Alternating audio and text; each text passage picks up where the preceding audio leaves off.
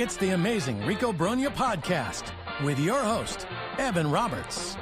It is a happy edition of Rico Brogna, episode 495. The Mets take care of business. They win all 3 games against the Colorado Rockies. They win all 6 games against the Colorado Rockies. And we, as Met fans, have the biggest lead in the NL East that we've had in over a month. But I do want to start off the Rico with a question. And that question was posed to me by my wife. Sunday afternoon, sitting on the deck. Boys are playing. I got the Met game on. And the Mets have opened up a huge lead on Sunday. I think at this point it was 8-0. It was right after Jeff McNeil hit the 3-run home run to make it 8-0. And I turned to her and I said, "Hon, the Mets are up 8-0. And she said, "Who are they playing again?" I said, "They're playing the Rockies, the worst team maybe in the history of baseball." And she asked me a question that I want to ask you, Hoff, and everybody in the audience. And remember, my wife is not a sports fan. She puts up with me, right? She said simply, "Do you feel bad?" That was the question. Do you feel bad for the Rockies, the team that we beat all 6 times, the team we were up 8-0 on? Before I tell you what my answer was to my wife, Hoff and everybody in the audience, do you feel bad? The answer is absolutely not. Not even for 1 second did I go, "Oh, that's terrible." What I did think, and I will say this before we get into it, I did think of how can this team actually be successful? What can they possibly do? Do they build a dome? Do they do something? Because it's kind of getting out of hand here that this team sucks so bad. Yeah, they suck, but it has nothing to do with the stadium. It has to do with talent. That's really what it comes down to, and bad decisions. You know, you go sign Chris Bryant and you trade Nolan Arenado. I mean, you make bad decisions. But the answer to my wife was, no, I don't feel bad. The only people I feel bad for are their fans, because I know what it's like to be a fan of a team that's hopeless, what it's like to be a fan of a team that season is over immediately into a season. But no, I don't feel bad for Hunter Goodman. I don't feel bad for Orlando Arcia, who otherwise would be, toiling in the minor leagues looking for a job, and instead is getting a chance to play first base for the first time in his career. And the other reason I don't feel bad, as I explained to my wife, is just because you play a bad team, a historically bad team, doesn't mean you're going to beat the bad team. And that's where the Mets deserve a ton of credit. They just had a stretch over the last few weeks, and it can be mocked as, they're facing crap competition. They had a sequence of games in which they played the Chicago White Sox and 6 with the Rockies. 9 games. Obviously, the Dodgers were mixed in there too, but 9 games against the White Sox and Colorado, and they went 8-1. And that's not a certainty. Even the Rockies themselves, as bad as they are, and they are historically bad, it's not a certainty you're going to beat them every single time. I warned that before this series began, or even the previous series began, that, the Mets are a lot better, but it's baseball. You can't win every single game. So I explained that to my wife. Like, listen, they suck. It's terrible for their fans. But the fact that the Mets, especially over these last 2 games, were able to pummel them, just destroy them, save their bullpen, pad some stats, make it easy, that's an accomplishment. It really is. So for anyone who tells you on Monday or Tuesday, they beat the Rockies, who cares? No. You beat the Rockies and you took care of business. And on Friday night, we did a Rico for the Friday night game, so you can just go back and download episode 494. The Mets were in a game in which it was 2-2 in the bottom of the 8th inning, and the Rockies had the bases loaded and nobody out. We thought in that moment, as Ryan McMahon came to the plate, 2-2, bases loaded, bottom of the 8th inning, didn't we all think the Rockies were at least taking this game? And who knows after that? So from that moment to get out of that 8th inning jam, to get the huge hit by Francisco Lindor in the 9th inning, and to shut the door in the bottom of the 9th inning, and then proceed on Saturday and Sunday in the final 2 games of this series to completely take care of business, that is an accomplishment. It really is. So let's go to game 2 of this series, the game that was started by Clay Holmes with German Marquez on the other side. And let's not forget, if you stayed up late Saturday night, 9:40 first pitch. My God, 9:40. I guess it's not that bad when you're used to 10-10 starts. But this was our final really late game for a while, really until after the All-Star break. Unless you're going to Europe, and then those games start at 1 a.m. That'll be all right. But for all of us East Coast folk, this was the last time we had to stay up really late on Saturday night. And it's easy to forget this now because the Mets swept Colorado, and Saturday's game turned into a laugher, and obviously Sunday's game was a laugher. But this game started with Francisco Lindor getting a base hit and stealing second. They had a runner on second and nobody out, and Brandon Nimmo flied out. Juan Soto struck out looking, and poor Pete Alonso hitting some terrible luck. He was behind 0-2, but as has been the case with Pete all year long, hit the ball really hard, just right at the third baseman, Ryan McMahon. So the Mets begin this game on Saturday after what was an ugly win on Friday. I mean, you take the win however you get it, but it wasn't the prettiest thing. It wasn't a Picasso. They start off on Saturday by going 0-3 with runners in scoring position in the very first inning of the game.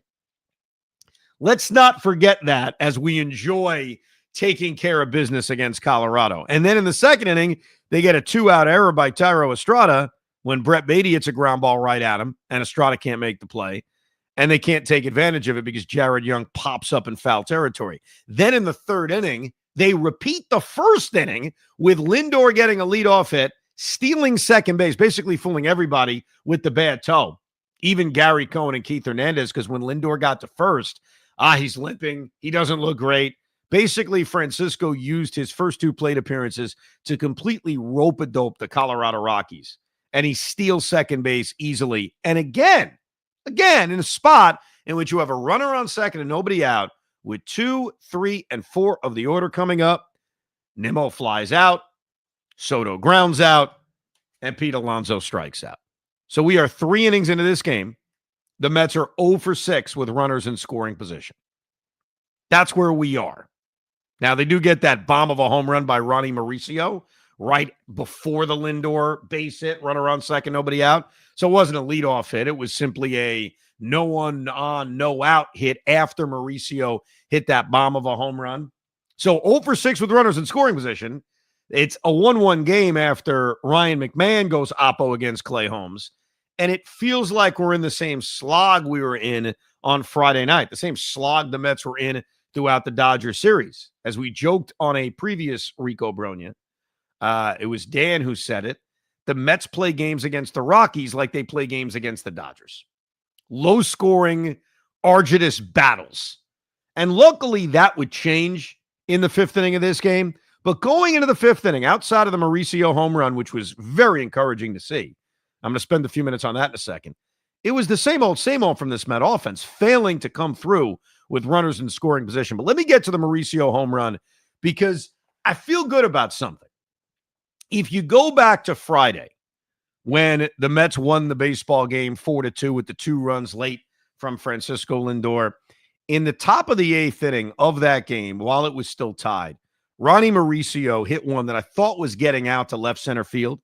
It was a double, and it was his first base hit since returning from AAA, and his first base hit since late 2023. Obviously, he wasn't in the major leagues at all last season. And I said on the last Rico Brogna, and I say this a lot, and most of the time it doesn't come through, so that's why I feel good about it, and I want to repeat myself. When Mauricio got that double, I sat there on the Rico and said, you know what? He was 0 for his first 8. He looked overwhelmed. Maybe that double, that 2-out, nobody on double that led to nothing in the 8th inning, maybe that double's going to lead to something for Ronnie Mauricio. And boy, did it ever. Because that home run to lead off the 3rd inning was an absolute shot. It was a tantalizing home run because it was one of those bombs that was not only great in the moment because it gave the Mets a 1-0 lead, especially in the midst of their struggles with runners in scoring position, but it was intoxicating about what this kid can do and the power that he has. But not only did that 2-out double in the 8th inning of game 1 after his 0 for 8 to begin the season in the major leagues, not only did that double lead to a home run, it led to a base hit in his following at-bat, And then on Sunday in the finale of this series, it led to 2 more hits and 2 more walks. So since the Mauricio double, we are talking about Ronnie Mauricio going 4 for his next 6, I think. 4 for his next 7. So it did lead to something, and that was very, very encouraging to see. But while this was going on, credit to Clay Holmes, 2 on, nobody out in the first inning, gets through it, puts the first 2 guys on base in the 3rd inning, gets a huge double play against Thairo Estrada. He does give up that home run to Ryan McMahon, but works through out a 2-out double that he gave up to Sam Hilliard, works through trouble in the 5th inning, 2 on, 2 out. So Clay Holmes did what he's been doing. He threw strikes for the most part. I mean, basically not for the most part. He didn't walk anybody. He threw strikes. He got out of trouble. He did give up a bunch of base hits. He gave up 9 hits in this game, but he was able to make the big pitch when he had to. You know, as much as we talk about the Met issues with runners in scoring position, and obviously we look at this the complete opposite, Clay Holmes induced the Rockies into 0 for 8 with runners in scoring position. So really, really good work by Clay Holmes, keeping this a close game, keeping this a 1-1 game until the Met offense would finally bust out. And boy, did it ever. Big hit by Brandon Nimmo, RBI single, a home run by Jared Young. And I give Jared Young a lot of credit because that was an underratedly big home run. I don't want to just gloss over it because Holmes gives up the run in the 4th inning to tie the game at 1. It's now the top of the 5th inning. This is the shutdown inning for Colorado and German Marquez. But for us as Met fans, it's the response in it. It's the, okay, you guys came back and tied the game. Let's see if the Mets can respond. And Jared Young swung at the very first pitch, went opposite field, 2nd home run as a Met. They built off that with Mauricio getting a hit, stealing a base, Nimmo coming through with an RBI single. Unfortunately, Pete Alonso came up with 2 on and 1 out and bounced into a double play. But the home runs continued. Jeff McNeil hits a leadoff home run in the 6th inning. Again, they had an opportunity to score more runs. They didn't because Starling Marte, pinch hitting for Jared Young, bounced into a double play. Mendy went righty-righty because the Rockies went to their left-handed reliever, Ryan Rollison, and that caused Mendy, rightfully so, I'm not complaining, it's the right move to make, to go to Marte to pinch hit for Jared Young. But they tack on runs in the 7th inning, McNeil with a sacrifice fly, and then a very big hit by Luis Torrens to really break the game open. And Torrens continues to do that. He's not only played stellar defense behind the plate, but outside of Pete, who's been their most consistent hitter with runners in scoring position, Luis Torrens has done it too. And that's an underratedly big hit. Because at the time, it's 5-1. It's still a game. That base hit breaks it open. It makes it 7-1. They tack on another run with a Brandon Nimmo RBI double. And so we saw them at offense finally break out against this crappy Colorado pitching. And all the while, Clay Holmes gives you 6 strong. Jose Butto comes in, gives you 2 scoreless. Jose Castillo gives you a scoreless inning. And we actually get to relax. We get to chill and see a nice, comfortable 8-1 victory. It wasn't comfortable till the 5th or 6th inning, but nevertheless, the second half of the game was very comfortable to watch. And what was so impressive, and I barely mentioned his name in talking about this game, but I want to spend a little bit of time on him, is Francisco Lindor. Because Lindor returned to the lineup in this game. And it was kind of obvious he was going to play because he pinch hit on Friday, got the game-winning hit, which was awesome enough. He now starts the following day. He gets on base 3 times. He goes 3 for 5. I mentioned the rope-a-dope play that he pulled in stealing a pair of bases where the Rockies probably thought he was damaged goods. How about this guy? He breaks his toe. He misses, I couldn't even say 2 games because he's pinch hitting in the opener of this series and he's getting the game-winning hit. And he doesn't look fully healthy, but in his first game back, full game back, he goes 3 for 5, scores a run, steals 2 bases. And the other thing that was really cool in a game like this, they score 8 runs. They get 12 hits. Only one of the hits came from Soto and Alonso, their 3-4 hitters. Soto went 0 for 4 with a walk. Pete went 1 for 4 with a single, 1 for 5 with a single. So you get a combined 1 for 9 from Juan Soto and Pete Alonso. and you score 8 runs on 12 hits and you win a baseball game 8-1. That's what I'm loving. What I'm loving about this team so far, and I've said this a lot about Soto's struggles, is that he has not gotten hot, and the Mets have the best record in the National League. He has gotten hot yet, hasn't gotten hot yet, and the Mets are still winning games on a nightly basis. They're mostly doing it because their pitching continues to be absolutely fantastic. And it almost becomes underrated now. That stat about the fact how the Mets have 4 starting pitchers, all with ERAs under 3, that's insane. That's insanity. This is a franchise based on pitching. 1969, pitching. Think about the rotation in 86, the rotation in 2015, even in 2000. Sure, they scored a lot of runs. They had those 2 aces at the top with Mike Hampton and Al Leiter. This is a franchise based on pitching. And nobody in their right mind, maybe outside of David Stearns and Jeremy Hefner, thought that this rotation, which always had a chance to be good, but great like this, and I'm sitting here, I admit it, waiting for the other shoe to drop. And that's not being negative. That's just saying they can't maintain a 2.8 ERA. They can't maintain. They're going to have a sub-3 ERA. Eventually they won't. And I stand by that. Eventually they're not going to have the best ERA in Major League Baseball. I stand by that. But as of now, I mean, we're in the middle of June now. It's June 8th, June 9th, June 10th. And here they are with a sub-3 ERA. And here they are with 4 starting pitchers, including Clay Holmes, who delivered in this game the very effective 6-inning, 1-run performance. 4 starting pitchers with sub-3 ERAs. The only weak link, if you will, is Tylor Megill. And honestly, he may be the weak link, but for a 5th starter, those numbers are fine. Mid to high 3 ERA, 5 innings, 2-run performances from your 5th starter, I'll take it. So nice victory on Saturday. Let me jump to Sunday because Sunday was freaking amazing. This was the game, obviously, that caused my wife to say, "Do you feel bad?" The answer being, "Oh, hell no." But the tone of this game was set by Jeff McNeil. We don't compliment Jeff McNeil a lot around here. Maybe we should. Maybe we got to change our tune just a little bit. Not because I want to keep him forever. Not because he's the greatest player of all time, but because he's performing. And if a guy's performing, he deserves credit. 10-pitch at-bat to start the 2nd inning. Great to see. I love long at-bats. And he ends it with a bomb. Real tone setter for this game. 10-pitch at-bat, home run. Base hit Ronnie Mauricio, walk Tyrone Taylor. Francisco Alvarez starting to hit a little bit. This was a big Sunday for Francisco. 3 hits, including the RBI single that gave them the early 2-0 lead. Then you jump to the 3rd, and you see the Pete Alonso show. Juan Soto, who was on base all day in this game, on base 6 times. 3 walks, 3 singles. He's on base in front of Pete, which is the real value, and Pete hits a 2-run home run to make it 4-0. Tyrone Taylor rips an RBI double, 5-0.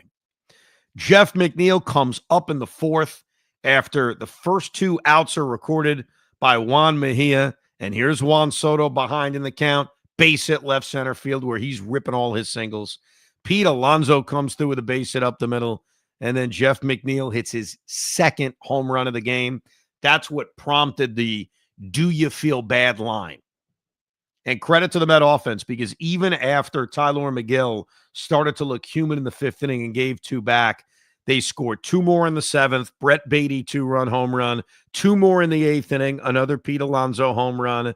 Tack on another, a Francisco Alvarez home run. And we get to see the Mets put up 13 runs. A final FU. A final thank you to the Colorado Rockies. I will admit, Tylor Megill strikes out the side to start the game. Great sign. Gets through a couple of walks in the 2nd, pitches a 1-2-3 3rd, 1-2-3 4th. And as the 5th inning was beginning, with the Mets firmly in control of this game, up 8-0, I didn't say it out loud, but I will admit what I said in my head as the 5th inning began. I said, just give up a hit. I did. I didn't want any flirting with a no-hitter. I didn't want another combined no-hitter, at least in this setting. I didn't want to have to worry about it, because here's the other thing. I'm sitting on my deck watching this game, And I'm pausing it every time I want to do something with the kids or do something with my wife. Come back, I restart the game. This game at 8-0 is over, so the pausing and doing other things and then going back is easy. It's 8-0. I mean, geez. If Tyler McGill's flirting with a no-hitter, I feel like at 6 o'clock or at 5 o'clock, I'm not going to want to pause.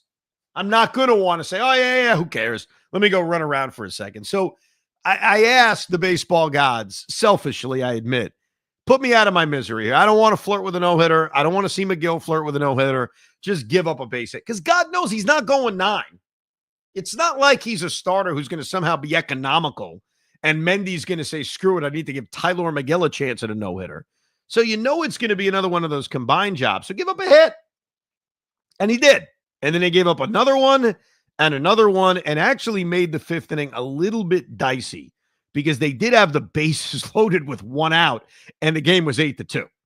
So the Rockies were a big hit away from spoiling what would have been an easy victory for McGill. He did get it, and spoiling what was going to be a laugher. But credit to McGill.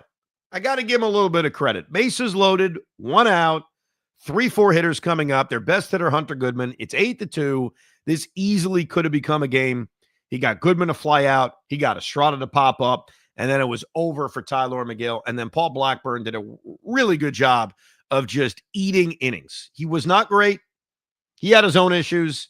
He gave up a bunch of hits, gave up a bunch of runs. He even walked guys, which was infuriating, especially the walk to Hilliard right after he came into the game and put the first 2 guys on base with nobody out. He gave up like 4 extra base hits. This was not a great performance by Paul Blackburn, but he understood the mission at hand, especially when the Mets were tacking on 5 runs in the last 3 innings. And the mission at hand was eat some goddamn innings. That was it. Because there was no one in this bullpen, whether it was Brazoban, Garrett, Stanek, Buto, Castillo. Brandon Waddell was the only other guy who I think Mendy would have been okay seeing. Because this bullpen has been overtaxed over the last week. Rightfully so. They play a lot of close games. I mean, you're trying to win. They're trying to win. I mean, what are you going to do? So this was an absolute get-right spot for this bullpen, and Paul Blackburn accomplished it. And because of that, even though his final line was, 4 innings, 7 hits, 3 runs. That's why I'm going to controversially say that the Rico, I'm the man now star of the series is Paul Blackburn. I'm just kidding. Oh, I was going to kill you right there. You got to be. But you know what? I will tell you this much. I think I know someone who listens to the podcast. And Carlos Mendoza, you may think I'm crazy for saying Brandon Nimmo should bat 9th, but he finally took my advice and took 2 starting pitchers and combined them together for the entire game. Yeah, but the circumstances were a little bit different. It was literally eat freaking innings because we have a huge lead. And that is an important value of Paul Blackburn and Brandon Waddell, because a way to kind of cheat a little bit in your bullpen is to have a guy or 2 just eat up a ton of innings. And the beauty of Blackburn going the 4 innings is that it keeps him stretched out. Now, right now, it doesn't feel like Paul Blackburn is anywhere close to needing to make a start because Frankie Montas is on his way back despite his struggles in rehab games, and Sean Manaea is on his way back. But you never know when you're going to need Paul Blackburn to come in and make a spot start. So him being able to pitch 4 innings out of the bullpen actually serves 2 values, not just the value of saving your bullpen on a Sunday afternoon, but allowing him to remain stretched out, because it's not easy to have a guy in your bullpen on standby to also enter the rotation at a moment's notice, because then they stop pitching. They don't pitch a lot. So it's actually good, Hoff, to have games like this every once in a while for Blackburn to remain stretched out. Is that why, because you said it, he saved the bullpen. Is that why they gave him a pity save for Paul Blackburn? The save was a coincidence. The save is a flaw in the stat. And you know what? It is a save. As much as Phil Mushnick's going to get upset about it, it's a blow. How's he going to save? He saved the bullpen. That's a save. He may not have saved the game, but did he save a beat-up Met bullpen? He absolutely did. So, look, great job by this team. This was a wonderful road trip. to get the split in Los Angeles and then win all 3 games against Colorado and put together a 5-2 road trip, that is a major, major success. And it's also a success that they beat the crap out of the Rockies and the White Sox. I can't say it enough. I looked at these 9 games, and I didn't know what to expect. I mean, I expected the Mets to win more than lose, obviously, but you're going to lose some games against bad teams. And the Mets were able to avoid that against Colorado by going 6 for 6. It wasn't always easy. A lot of these games were close, but I am glad that these final 2 games in Coors Field were exclamation point easy victories for this Met team. Fatten up, baby. I do this message for all the salty Yankee fans that watch this podcast for hate. The Yankees lost to this miserable team. So just remember that. And I gotta emphasize that as much as possible as they're losing to the Boston Red Sox. But well, hold on. But that is not like the Yankees losing a game to the Rockies, and they did. They also won 2 out of 3. That's normal. Like, that's why this team deserves a lot of credit, because they didn't lose any games to them. And that's not easy to do. That's my main point. So, sure, if you want to throw shade at the New York Yankees for losing a game to the Colorado Rockies, be my guest. This is that was for Keith McPherson, for Chris McMonagle, for Sean Marash, Tiki Barber is probably listening to this right now. And I know he's a big Yankee fan, so I want to make sure that they feel that message. Well said. Well said. Let's get to some of your emails. We'll obviously name a Rico, I'm the man now, star of the series. And yes, a net negative, which is very tough to do when you win 3 games in a row. But we'll have a discussion about it at least. Let me go to MJ Beck from Glendale, New York, who writes, Evan, I'm usually 100% behind the Mets booth, but they made no sense to me on something they said in the 9th inning on Sunday's game. Down 13-4, Jordan Beck, after an RBI double, takes third on defensive indifference. Gary and Keith adamant that was violating some mythical unwritten rule and showed poor sportsmanship. Why? The next batter, Ryan Ritter, hits a little infield hit that scored Beck. I'm not defending Beck because he and I share a last name, but what's the issue? Ritter gets an RBI for his stats. Beck has a run scored for his stats, and it helps bring his team a bit closer in Coors Field where anything can happen. Is this a big deal? Why is it okay to take second base on a defensive indifference, but not third? Is there a point where the deficit is too big to do that? If it was 8-3, it's okay, but not 13-4. This sounds like nonsense. So, MJ, I heard it too, but I'll have to go back. I didn't hear it the way you heard it. I heard more of like an incredulous, he took third base. Not, that's a disgrace, you can't do that. Now, I'll go back and re-listen to that, but I didn't take it as he broke some kind of unwritten baseball rule. In fact, the way I took it was a surprise that he took third, because usually defensive indifference is a guy taking second. So I thought that's what it was, but to me, it's no big deal. There is no unwritten rule about taking first or second or third, doing anything, late in the game. You're doing whatever you can to try to score runs and win. And while it was a blowout, Jordan Beck led off that 9th inning with a double. And you're right. If it wasn't for him taking third base on defensive indifference, Ryan Ritter's little ground ball infield hit wouldn't have been an RBI. And that was, yes, Ryan Ritter's first major league RBI. Worked out for him. He was kind of impressive in the 2 days we saw him. Moved up to the 2-hole in this finale, had a triple for his first major league hit, and that little infield hit turned out to be his first major league RBI. So I agree with you, no big deal. Ron writes, the Mets won 6 games against the worst team in baseball. Absolute perfection. We're allowed to celebrate this. How often over the last few years do we look at a soft schedule for the Mets and they let us down? It's a great series win. Lastly, do you think if Pete Alonso keeps up this pace, he has any chance at the MVP? All I care about is World Series wins, but we have never had an MVP to think it's possible for Pete this season. I think the way he's played through 67 games makes it possible.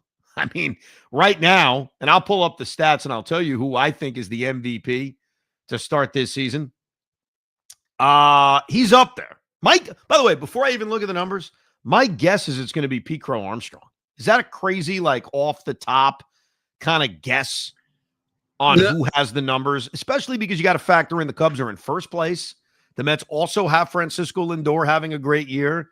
But before I even look at stats, which I'm about to do, the guy that jumps out at me is Pete Crow Armstrong as the National League MVP. No, Pete Crow Armstrong is definitely up there for sure. But I made this case on Friday night, Saturday morning on my show. Besides, hey, it's time to sign him long-term and lock him up as a Met for life, Pete Alonso is the National League MVP. And don't give me the Shohei Ohtani crap. I'm sorry. The guy does nothing but play DH. He's not a two-way player. He doesn't play the field. He does nothing but hit. Good for him. Pete Alonso is more clutch and better defensively than anybody else is giving him credit for. It's time to recognize him as an actual MVP. Yeah, if Ohtani pitches in the second half of the year, he's going to be very tough to beat. I think we all understand that. Even if it's only a handful of starts, you put that together with his great offensive numbers, he's going to win the MVP. It's almost like a default if he pitches. But as of right now, I mean, Freddie Freeman's got the best overall stats this season. He has a 1,000 OPS. He's hitting 345, 9 home runs, 40 RBIs. Pete's at 301, 990 OPS. So basically the same OPS, 17 home runs and 61 RBIs. He has far more RBIs than anyone else who's an MVP candidate. You have Ohtani with his big numbers, 23 home runs, 39 RBIs. He only has 11 stolen bases, which is not a huge number for him, 1,021 OPS. Kyle Schwarber's having a very good year. Will Smith of the Dodgers having a very good year. Corbin Carroll with some good numbers. Pete Crow Armstrong's numbers aren't good enough. I mean, he does have 21 stolen bases. He does play great defense. What I find weird, so WAR has always been disrespectful to first basemen. We've always known that. How is Shohei Ohtani's WAR higher than Pete Alonso's? Like, their overall stats are very close. If you want to say Ohtani has a slight edge, sure. Not going to disagree. He has a higher OPS. He's hit more home runs. No knock on the offense that Ohtani's had. But like you said, Hoff, he doesn't play the field. So wouldn't Pete Alonso, who's played great defense at first base, I could even argue Gold Glove caliber defense at first base at times, despite some of the errors that may jump out at you, how would it be possible for Ohtani to have a higher WAR than Alonso right now? It's not like he's pitching yet. So I am going to create a stat. I'm not sure what I'm going to call it yet.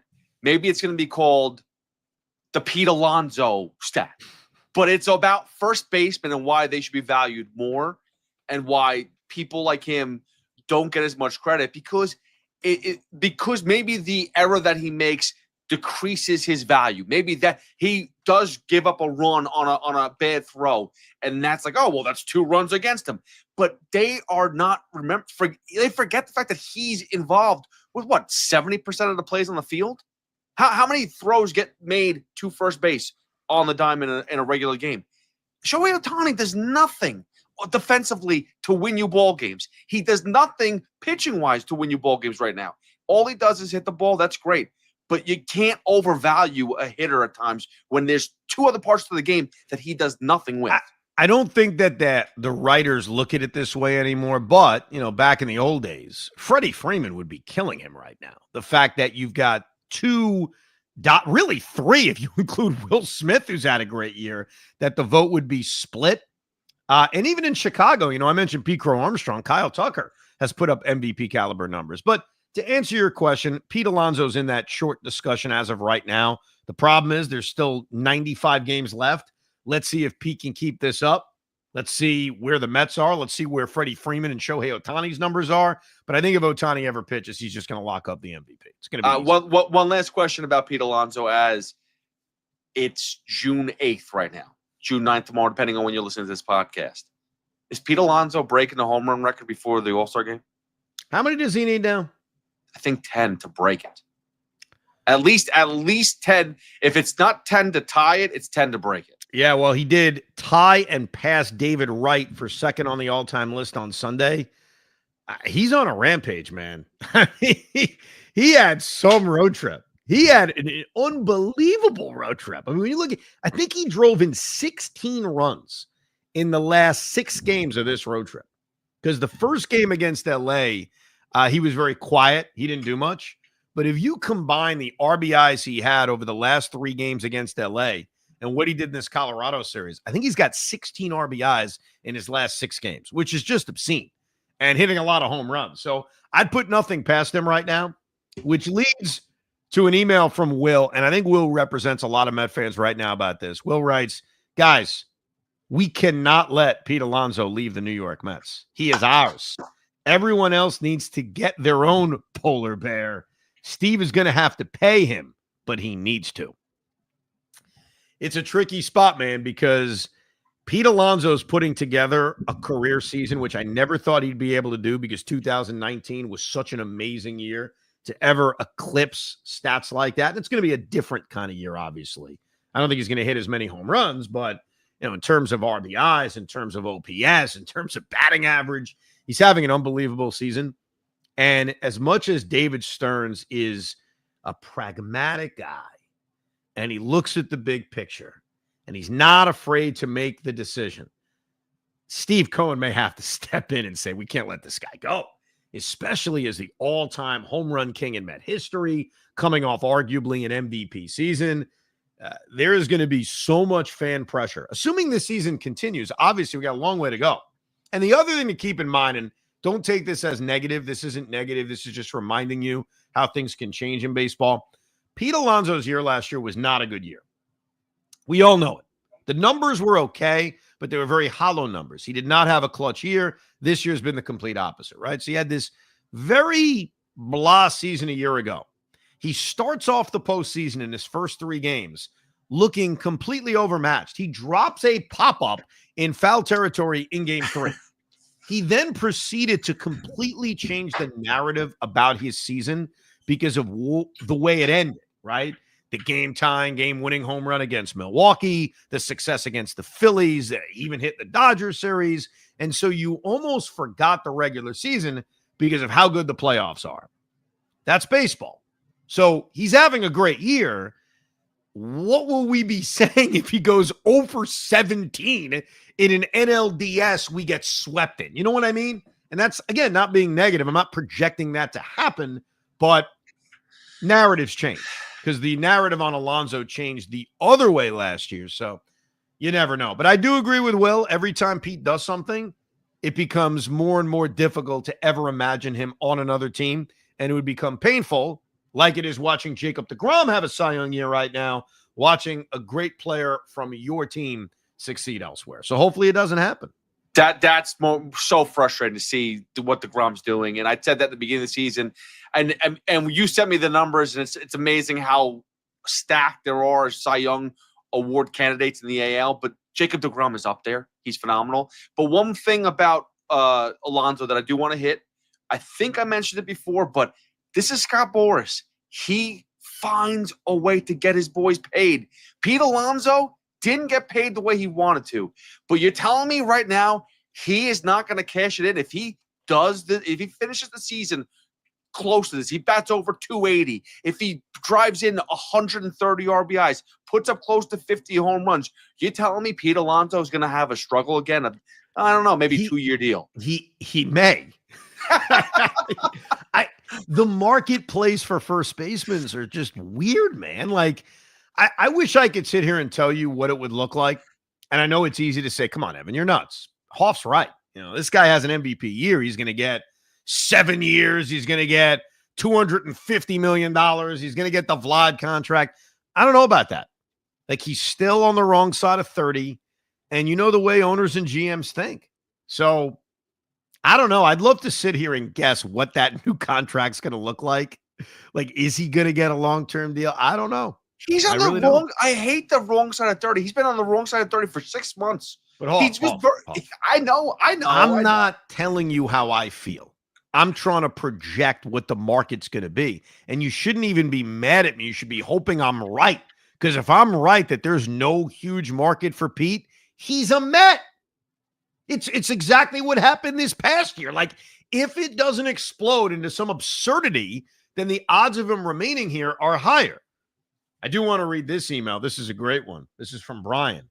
The subject of the email is, "Forgive me, Father, for I have sinned." Pete Alonso apology form.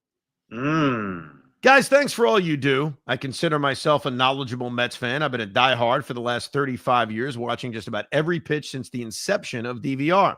I consume as much granular, advanced data and ancillary media that a mid-40s man can obtain. I also believe in raising my hand when I'm wrong. Therefore, with that in hand, I can honestly confirm that I have never had such an ice-cold Mets take as my being completely against bringing Pete Alonso back. Pete's last 2 seasons, combined with his age, had me 100% against Stearns offering Pete a long-term deal. With the exception of Toronto, first base is rarely one of the most expensive positions to fill because the replacement level is so much higher than other positions. I didn't want to lock into another long-term deal with a player who likely won't age well. I also didn't think Alonso would wind back the clock to 2022 after his performance in last year's, quote, prove it year. I have been wrong on all accounts. Mea culpa. P.S. All that said, I'm not at the point where I'd offer him a long-term contract yet. It's okay, Brian. The Mets shouldn't offer Pete Alonso anything right now. Let him continue to have a monster year. And then during the offseason, hopefully after a parade takes place, we'll see what the market is. Like, one thing I've learned about Pete Alonso, and I think we always figured this about Pete, but you certainly feel this way after hearing him talk to the media and even that Mookie Betts podcast. He wants to be a Met. Now, that doesn't mean he's going to be a Met at all costs. If another team blows him away, he'll leave. But I do think he's going to look to give the Mets every opportunity to match whatever his best offer is. So let's not overthink it. Let's stop talking about Pete's offseason. I raise my hand, my fault too. And let's enjoy the fact that he's having an MVP season, because he really is having an MVP season. No, he is. By the way, did you see that? I didn't get the quote at all. Maybe I'll pull it for next episode.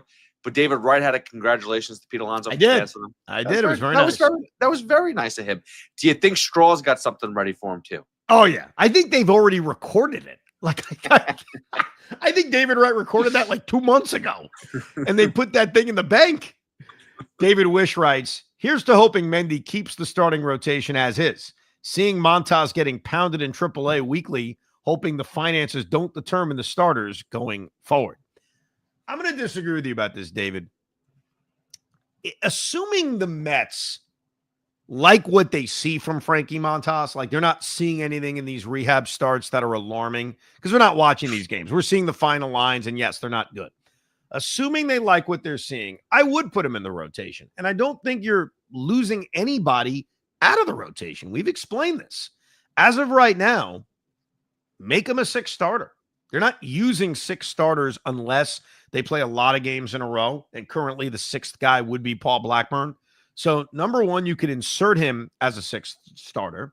And number two, the guy who would get bounced if you're bouncing anybody is Tyler McGill. And McGill's been fine. Like, that's how I would describe him. He has been fine. Does he deserve to lose his spot in the rotation? Not really. I think he's a fine 5th starter. But unlike all the other guys, Griffin Canning, David Peterson, Kodai Senga, Clay Holmes, those guys clearly, as of right now, need to remain in the rotation. But I'm not opposed to Montas getting a start next week or 2 weeks from now. Let me get one more email in. Not this one. This is about Pete Alonso again. That's annoying. Not you guys. I mean, just in general. Like, I don't want to think about the offseason. We got to think about the fact that this guy's having an awesome season. How great that is. Oh, I do want to get to a lot of people have alumni ideas.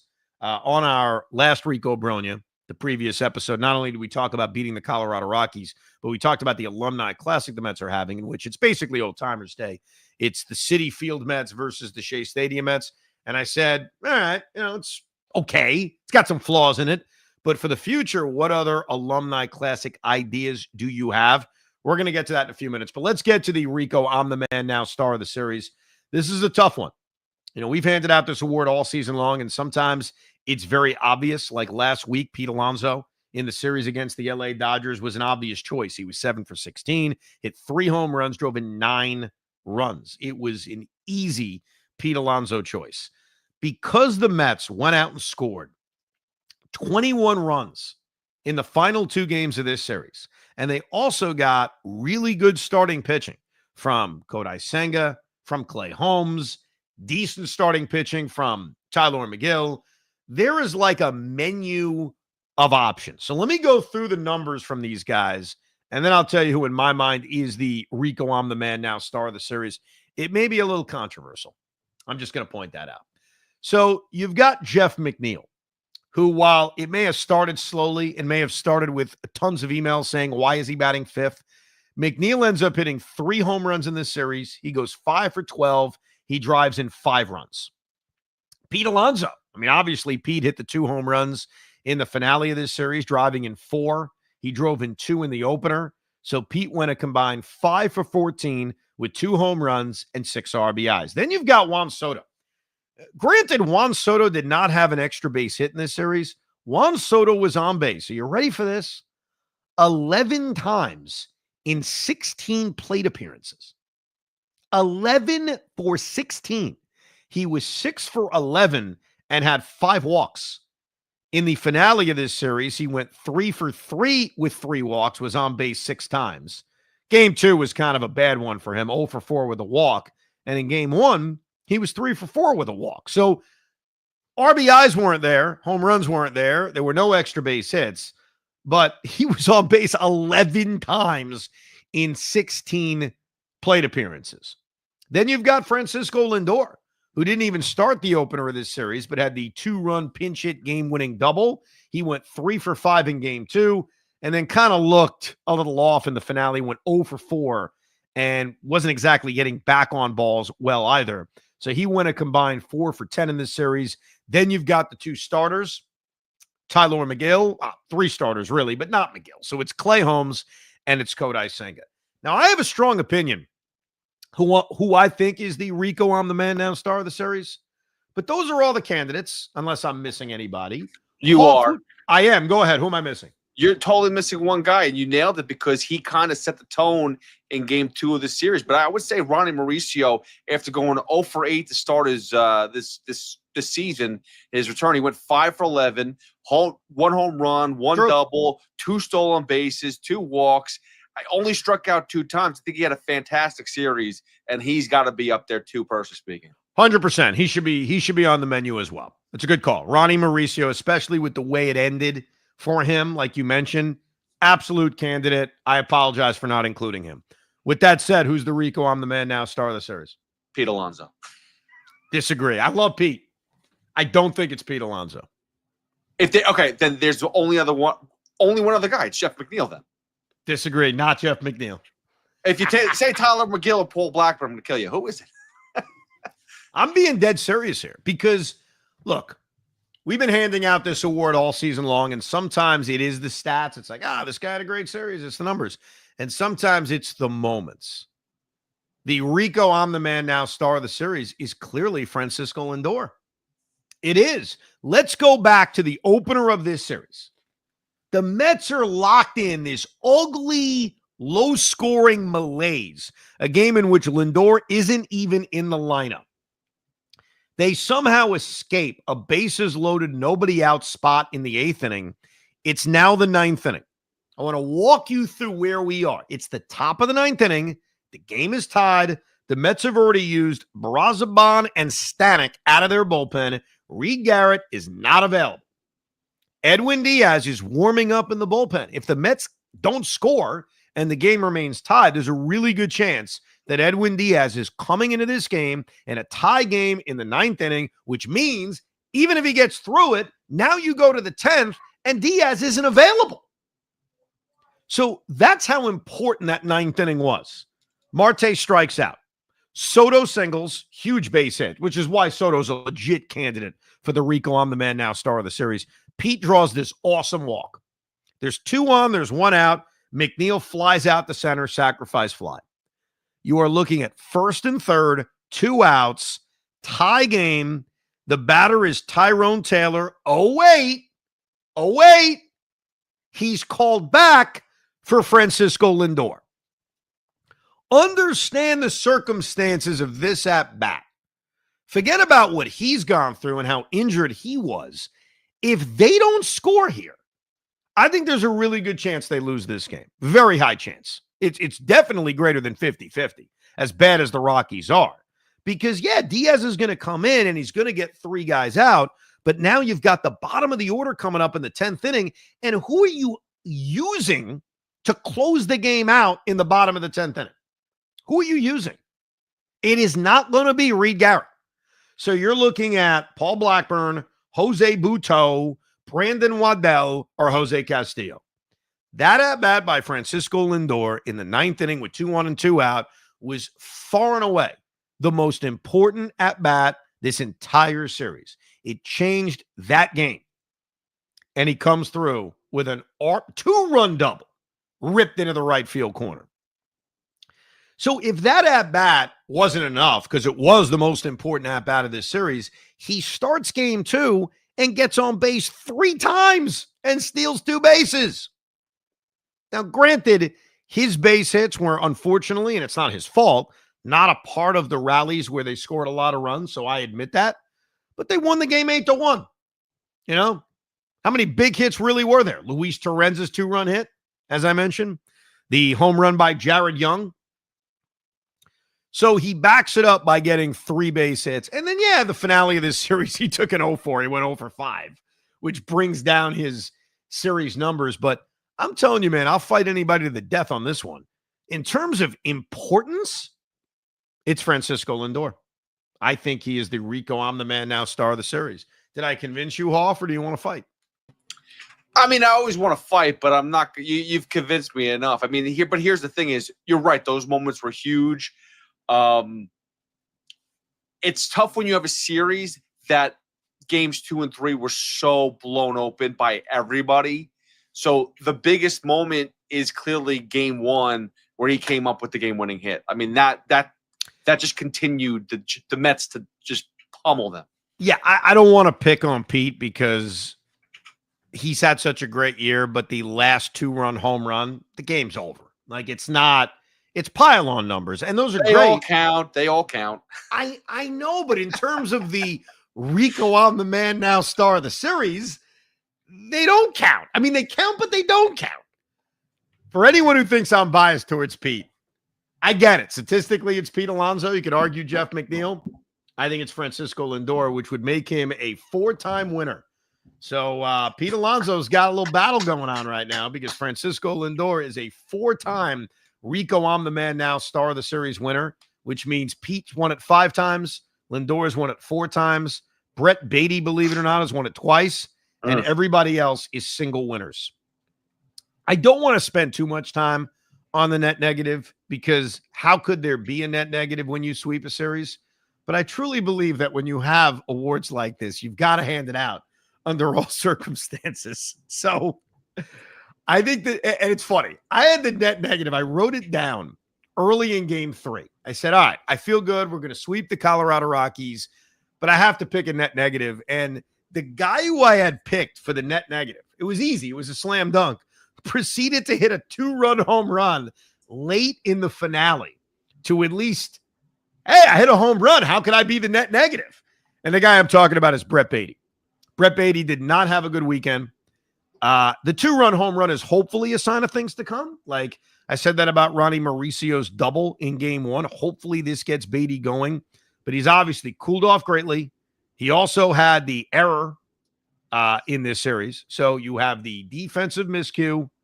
You've got not much offensively till you hit a meaningless 2-run home run late. So this is a tough one to give when you sweep a 3-game series. But to me, the net negative, and believe it or not, this is the first time he's won the net negative, is Brett Beatty. Let me just say, you read my mind because he's the guy that I picked out as well because, I mean, he had a bad series. And I've noticed something about Beatty. If you go back to, he's having another bad stretch. This is what he does. He goes through these 3 games where he goes like 3 for 3, 3 for 4, blows up, gets 4 or 5 RBIs, whatever his numbers are. It's a 3-game stretch of very impressive numbers, and then just goes back to not hitting. That's not gonna work for me. I'm gonna tell you that right now. He's inconsistent, but there's pressure on him because Ronnie Mauricio is here. And right now, the Mets have multiple positions on this team that are up for grabs based on guys performing. Center field is still sort of up for grabs. Third base is up for grabs. DH is up for grabs. To a degree, second base is up for grabs. And I know that leads to the discussions of the trade deadline and going after a center fielder like Duran or whomever, or Cedric Mullins or whomever. But right now, this is a competition. It's a fun competition because Ronnie Mauricio is now up. Brett Beatty was up before. Mark Vientos didn't die. He's going to come back. There's going to be a Mark Vientos last stand, if you will. So right now, because they're winning and you're getting pockets of performances from guys, even though Beatty's cooled off, okay, here's Ronnie Mauricio. Jeff McNeil's gotten hot. Luis Angel Acuna was hot. Now he's cooled off. He doesn't play very much.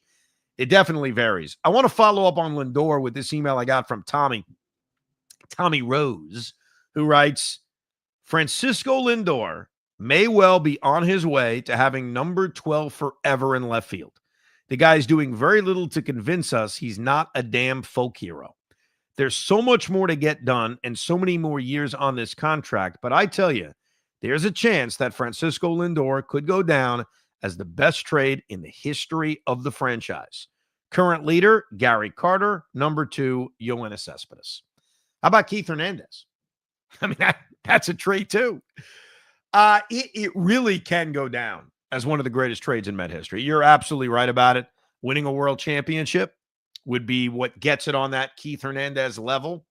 But Francisco Lindor is going to have a longer career with the Mets than Keith and Gary. I mean, those guys were here in their 30s or in their 30s. Lindor came here in the prime of his career, signed a mega contract. He's going to spend a decade here. And if he could secure a world championship, yeah. I mean, especially when you look at the return. Because when that trade first went down, I know Beningo didn't love it because he didn't want to give up Andres Jimenez. He didn't want to give up Ahmed Rosario.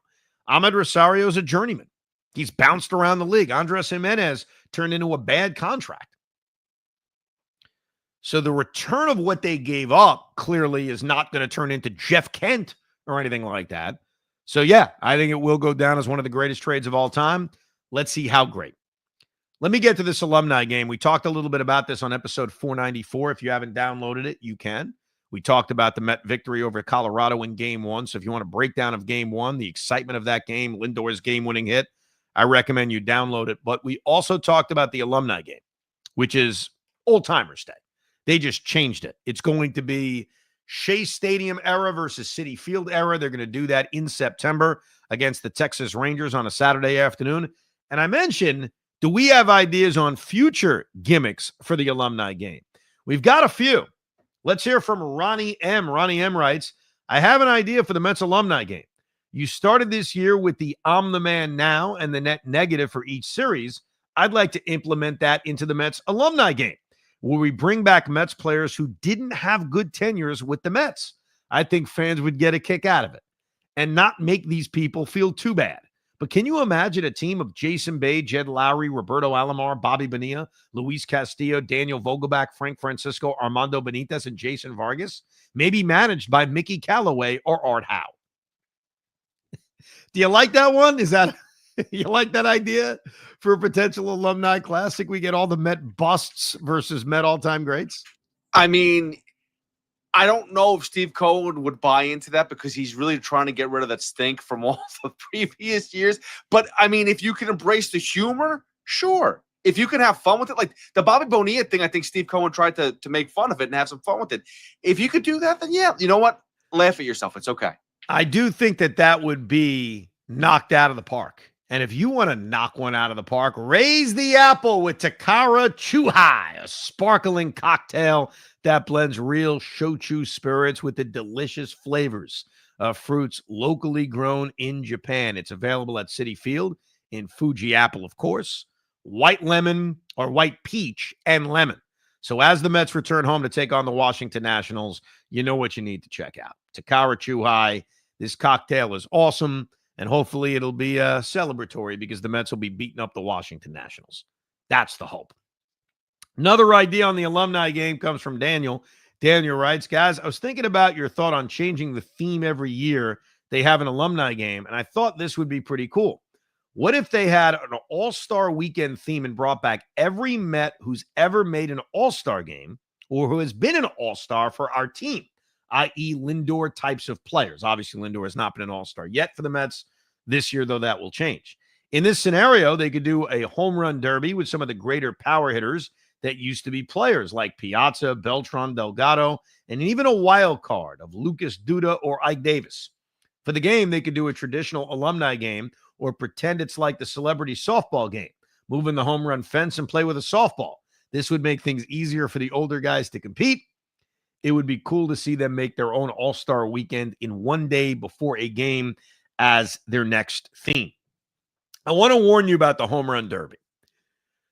I may have told this story before, but many years ago, actually, I'll tell you the exact year because they were celebrating the anniversary of the Phillies-Orioles World Series in 2003. It was the 20-year anniversary of the Orioles defeating the Phillies in the 1983 World Series. And so to commemorate it, they had a whole weekend. And one of the days, and I went to this, right before the Oriole-Philly game, was a home run derby. It featured Darren Dalton. It featured Rick Dempsey. It featured Eddie Murray. Those are the Larry Boa, I think, was in it. And it was bad. Like, they could not hit home runs. The guy who won was Rick Dempsey because he was an active coach. And so he was in better shape. But watching Dalton and Murray struggle was sad. It's one thing to play a game. You know, you get your one at-bat, you ground out, you move on. A home run derby would be tough to watch. Colin Harvey's idea is the Mets should do World Series teams head-to-head. For example, the 2000 team against the 86 team or the 2015 team. Obviously, half the 69 team are dead and the other half decrepit. Wow, that is mean. I don't want to. I should read these emails ahead of time. I don't think I would have said that. I'm sorry. Let me reread that differently. I don't know why that makes me laugh so much. It's horrible. Decrepit or dead. Now, okay, let's try it again. Let's do it a terrible email in a funny way. I think you nailed it. I mean, I love the email except for the dead and decrepit part. I mean, jeez. He didn't even mean to be mean. It just came across so horrible. All right. Obviously, half the 69 team is not equipped to play a game. How about we phrase it that way? But I also feel it'd be a good way to spark debate between fans of all generations and also see a way to get younger fans to see those guys who literally they haven't seen play. I don't mind that at all, by the way. Like, it is sort of similar to what they're doing with Citi Field versus Shea Stadium, where you've got the younger guys versus the older guys. And clearly the Citi Field team, while it doesn't feature the talent level of the older team, they're younger. So they're just going to have a better chance to win the game. But yeah, I think that's a good idea. It's similar to what they're doing now, but it would be kind of fun.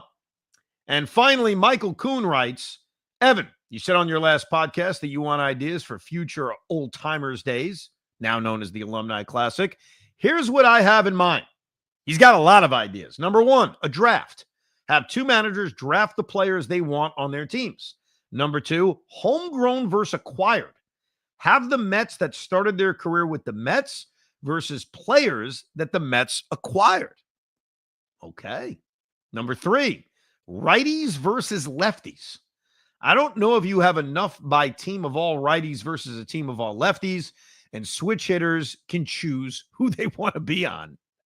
Number four, USA versus the world. Mets players born in the U.S. versus Mets players born outside of the U.S. And number five, sluggers versus hitters. Mets players that were home run hitters versus Mets players that hit for average. Players that did both get to choose. Pitchers who were power pitchers go on the sluggers, and the finesse pitchers go with the hitters. Your thoughts on these ideas? The homegrown versus acquired one is kind of cool. I'm intrigued by that one. Jimmy Kearney writes, a flaw with the Alumni Classic. I get your flaw in the Alumni Classic, the age of the Shea roster versus the age of the City roster. But here's my question. It's based off of Reyes being on the Shea roster. He played in both parks. If you count 16 through 18, he played an equal number of years in both ballparks. But I agree, he should be on the Shea roster, even if Citi Field was built specifically for him and not the guy I'm writing about. what roster would you put David Wright on? 5 years at Shea, 8 years at City. His last 2 years were basically cameos. His 4 best years were at Shea. We know about the home run dip, 10 in 2009, but he still batted .307, 39 doubles, and an .837 OPS. 2010, he was back to a typical Wright season. 11, not a good year, only played 100 games. 2012, very typical Wright season. 2013, 112 games, 18 home runs, .307 average. 2014, 134 games, bad season. 2015, Citi Field World Series experience, 16 and 18 lost years. I think that's your answer to even it out. Wright should be a Shea guy. If you started your career with the Mets at Shea, you're a Shea guy. So John Neese, even though he only played 1 year at Shea, should be on the Shea roster. It's a short-term fix as people age, but it's an interesting debate on who's a Shea Met and who's a City Met. Your thoughts on that one, Pete? I do think that Reyes should be on the City because that field was built for him. You take the original dimensions. That was a Jose Reyes ballpark. And I liked it. I like the fact that Wright is kind of like, that's where he started. That's where he performed the best. That's where his highlights were, you know? So much like the Hall of Fame, close your eyes. When you think of Jose Reyes, do you see him playing at Shea Stadium or do you see him playing at Citi Field? Same thing with David Wright. So I'm going to do that, and these are just honestly my answers, and I'll tell you why in a second. When I think of Jose Reyes, I think of Shea Stadium. I think of Shea Stadium because I think of the 2016, which was the best team he was on, and he was a catalyst to that team. I really think of him hitting a line drive that Jim Edmonds caught for the second out in Game 7 of the 2006 NLCS. I shouldn't think that, but I also think about him hitting a home run to lead off Game 6, which was a Lenny Dykstra-like moment. So when I think of Jose Reyes, honestly, it's not even close. I think of Shea Stadium. When it comes to David Wright, I think of Citi Field. I think of Citi Field because of the moments he had at Citi, and there are 3 that jump out at me. Number 1, he hit the first home run in the history of the ballpark. And at the time, it was a dramatic home run. It was a game-tying home run against the San Diego Padres over the Great Wall of Flushing, as Howie Rose calls it. So he's got that. Number 2, his retirement. You know, that night, that day against the Marlins in September was an event. Mets had a terrible year, but it was a World Series-like atmosphere celebrating the career of David Wright. And then obviously the third one is obvious. To many, this is their favorite David Wright moment, and that's hitting a home run at Citi Field in the World Series. The home run in the World Series by David Wright. And I'm going to tell you guys something. Speaking of David Wright, I revealed this on Twitter a couple days ago because I was looking for ideas in case I missed. Coming up during the All-Star break, when we get a break from Met Baseball, and we lead right in to the David Wright jersey retirement ceremony, we are going to have a very special Countdown David Wright edition where we are going to count down the greatest moments of David Wright's Mets career. And it's one of those lists that I'm creating. So if you don't like it, blame me. If you disagree with number 1, it's my fault. It's a one-man damn committee.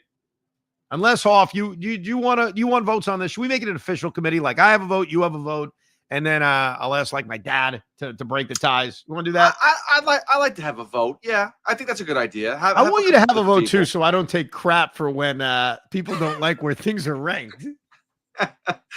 Listen, I like people hating me, so I'm down for it. So we are going to have a committee made up of me, Pete Hoffman, and maybe like my dad or Joe Beningo or somebody else.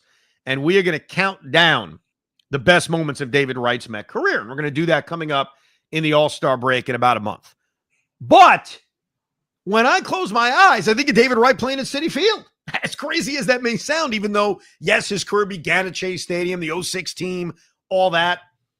There are enough big Citi Field moments where when I think of David, I think of Citi Field. But that's something to look forward to during the All-Star break. Again, you can always interact with us by emailing the podcast, thericob@gmail.com.